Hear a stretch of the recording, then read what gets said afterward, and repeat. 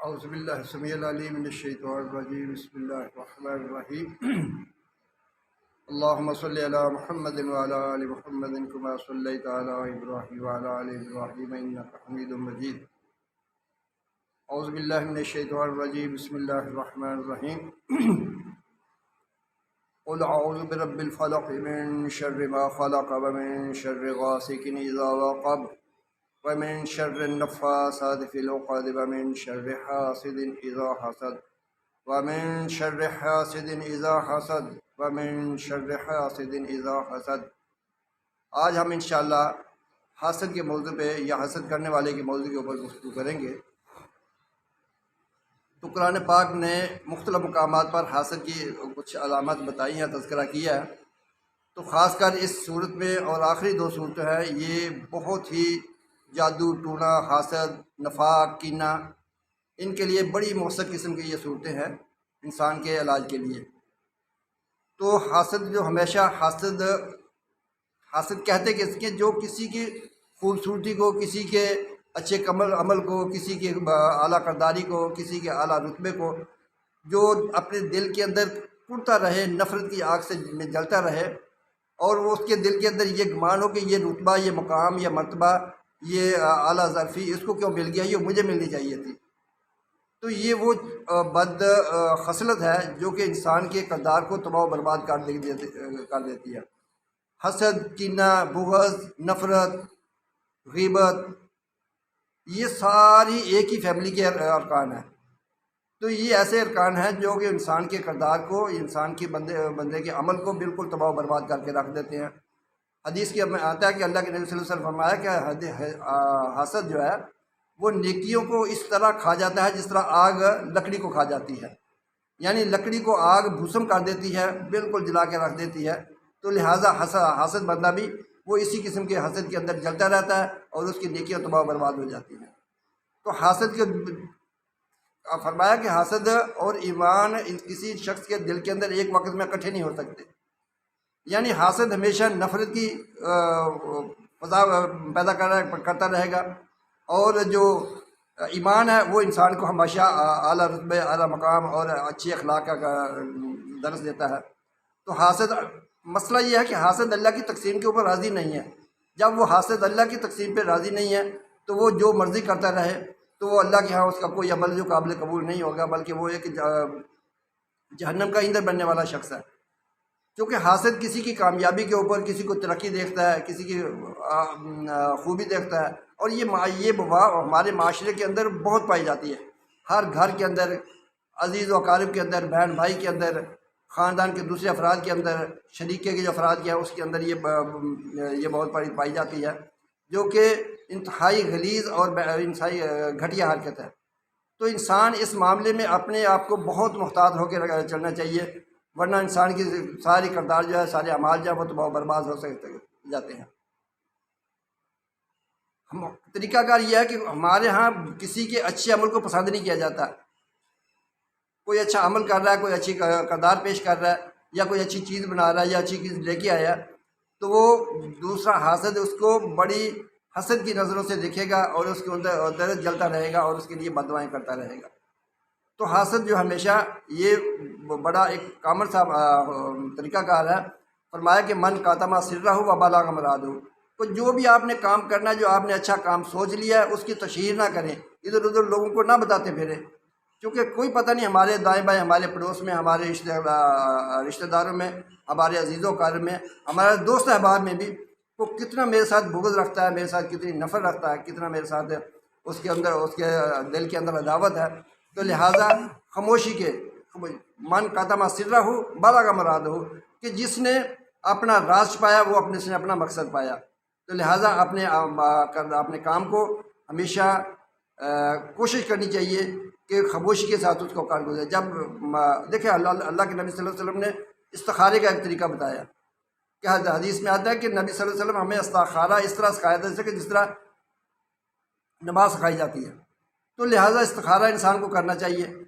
استخارہ کرنے کے بعد پھر اپنا معاملہ کر گزرے، یہ پھر میرے اللہ کے اوپر چھوڑ دے، میرا اللہ اس کے اندر خیر ڈال دے گا، کیونکہ شیطان جو ہے انسان کی رگوں کے اندر خون کی طرح دوڑتا رہتا ہے۔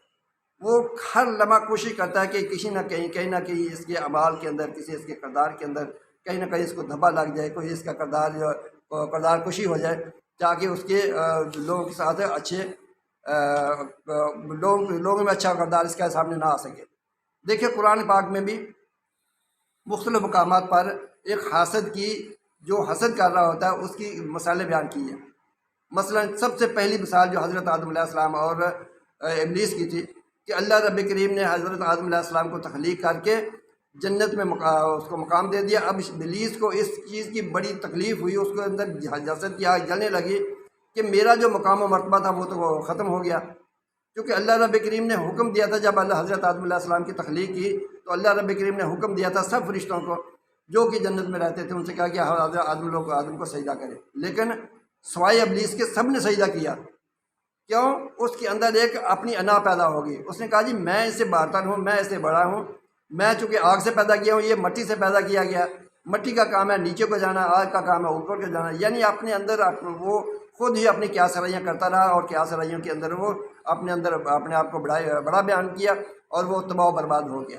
تو وہ پھر حضرت آدم علیہ السلام کو ہر ممکن ہر طریقہ سے وہ کوشش یہی اس میں لگا رہا کہ کسی نہ کسی طریقے سے ان کو میں جنت سے نکلا دوں۔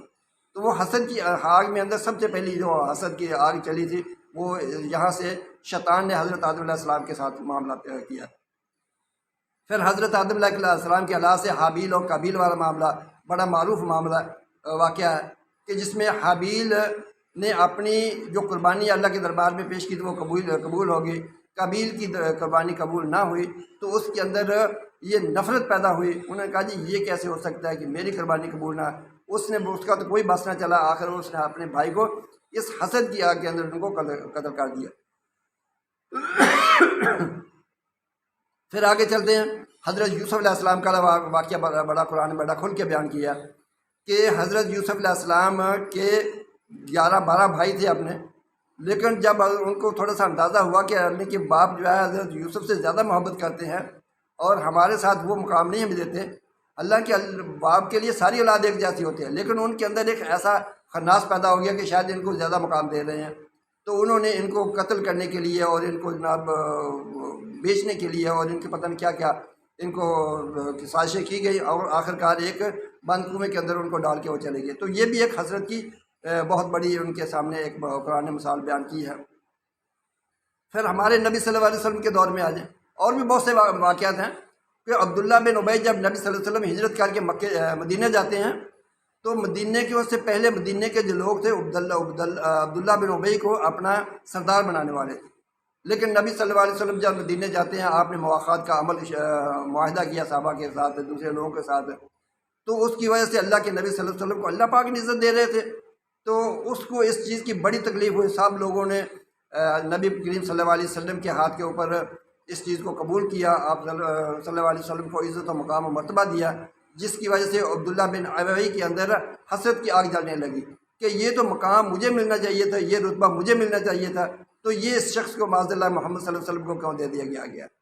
تو وہ اس آگ کے اندر جلتا رہا، اور اس نے وہ کیا منافقت کا ایک پوری جو لڑی نکل، اللہ کے قرآن نے سورہ منافقون کے حوالے سے بھی بڑی تفصیل سے بیان کیا کہ منافق جو ہے یہ ایسی غلیظ قوم ہے کہ دیکھو کافر ہے، مشرک ہے، یہودی ہے، بت پرست ہے یا آگ پرست ہے، لیکن منافق ظاہری طور پہ اپنے آپ کو مسلمان کہتا ہے، لیکن اللہ پاک فرماتے ہیں قیامت والے دن سب سے جہنم کے سب سے نچلے درجے میں ان کو پھینکا جائے گا۔ یہ اتنی غلیظ عمل ہے منافق کا۔ تو لہٰذا یہ منافق جو ہے یہ اپنے حسد کے اندر اور اپنے منافقت کے اندر جلتا رہتا ہے، جس سے اس کی تمام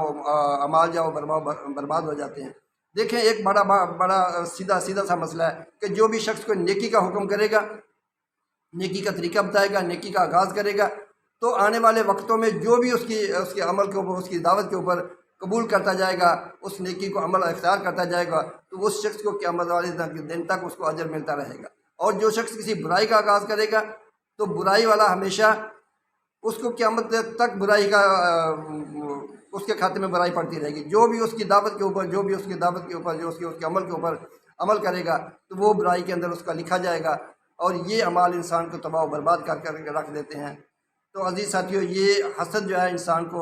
وہ تباہ و برباد کر کے رکھ دیتا ہے۔ اپنے اعمال کو درست کریں، اپنے رب کے ساتھ اپنی لو لگائیں، رب کے ساتھ اپنا جتنا ناطہ ہمارا مضبوط ہوگا انشاءاللہ ہمارے اعمال کے اندر یہ خیر آتی جائے گی، بہتری آتی جائے گی۔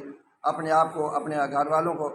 اپنے عزیز و اقارب کے اندر خیر کی دعوت دیں اور خیر کا معاملہ پیش کریں، انشاءاللہ اللہ تعالی ہمیشہ آپ کے گھر کے اندر بھی، آپ کے کردار کے اندر بھی، آپ کے معاشرے کے اندر بھی عزت دے گا۔ دیکھیں اللہ رب کریم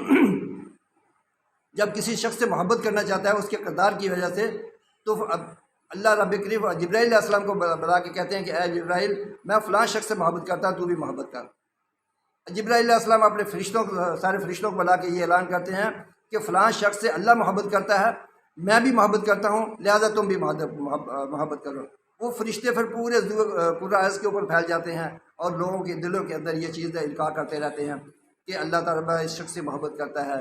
جبرائیل علیہ السلام محبت کرتے ہیں، اللہ کے فرشتے بھی اس سے محبت کرتے ہیں، لہذا اللہ رب کریم اس شخص کی محبت جو ہے دلوں کے اندر ڈال دیتا ہے۔ لیکن سب سے بڑی چیز ہے اللہ سے کس سے محبت کرتا ہے؟ جس کا کردار بہتر ہوگا، جو اپنے رب کے سامنے جھکنے والا ہوگا، اپنے رب کی بندگی کرنے والا ہوگا، اپنے آپ کو شرک کی غلاظت سے نکالنے والا ہوگا اور نبی صلی اللہ علیہ وسلم کی سنت کے اوپر اپنے آپ کو کاربند کرنے والا ہوگا، تو انشاءاللہ یہ مقام و مرتبہ اس شخص کو ملے گا۔ اللہ تعالی ہم سب کا حامی ناصر۔ السلام علیکم ورحمۃ اللہ۔